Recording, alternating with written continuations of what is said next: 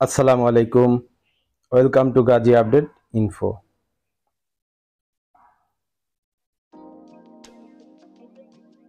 আজ এমন একটি বিষয় জানাবো যেটা প্রত্যেকটা গাড়ির মালিকের জানা দরকার।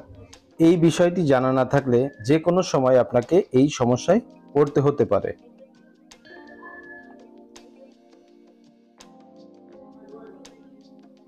এই বিষয়টি জানতে হলে ভিডিওটি সম্পূর্ণ দেখুন।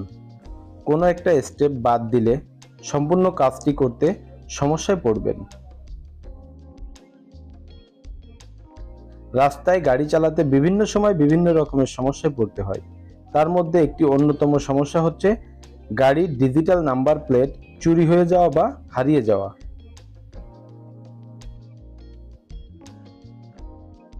আর এই নাম্বার প্লেট হারিয়ে গেলে আমাদের রাস্তায় চলতে বিভিন্ন সময় বিভিন্ন রকম বিড়ম্বনা ভোগ করতে হয়। এই ভিডিওটি দেখলে খুব সহজেই গাড়িতে পুনরায় নাম্বার প্লেট লাগানোর নিয়ম জানতে পারবেন।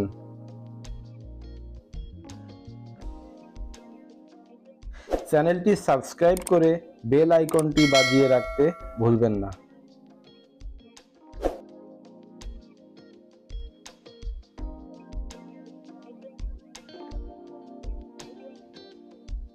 নাম্বার প্লেট পুনরায় লাগানোর প্রথম ধাপ হলো নাম্বার প্লেট হারানোর পর নিকটস্থ থানায় একটা জিডি করতে হবে। জিডি করার পর কাজ হলো গাড়ির মালিককে সাদা কাগজে আর কোম্পানি হলে প্যাডে একটি আবেদন সহকারী পরিচালক এর বরাবর করতে হবে। আবেদনটির বিষয় হলো ঢাকা মেট্রো ড্যাশ গাড়িটির নাম্বার প্লেট হারানো প্রসঙ্গে।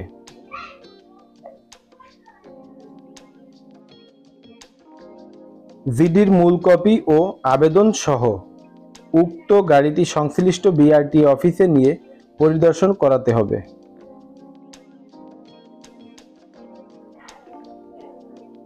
উক্ত গাড়িটি পরিদর্শন শেষে পরিদর্শন করার কাগজগুলা মোটরযান পরিদর্শকের রুমে জমা দিতে হবে।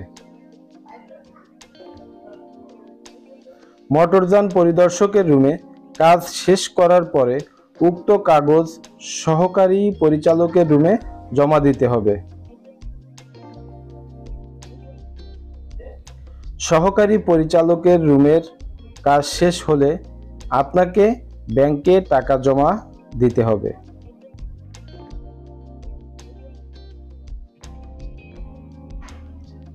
এই প্রক্রিয়াগুলা কমপ্লিট হওয়ার পূর্বে কোনোভাবেই ব্যাংকে টাকা জমা দিতে পারবেন না।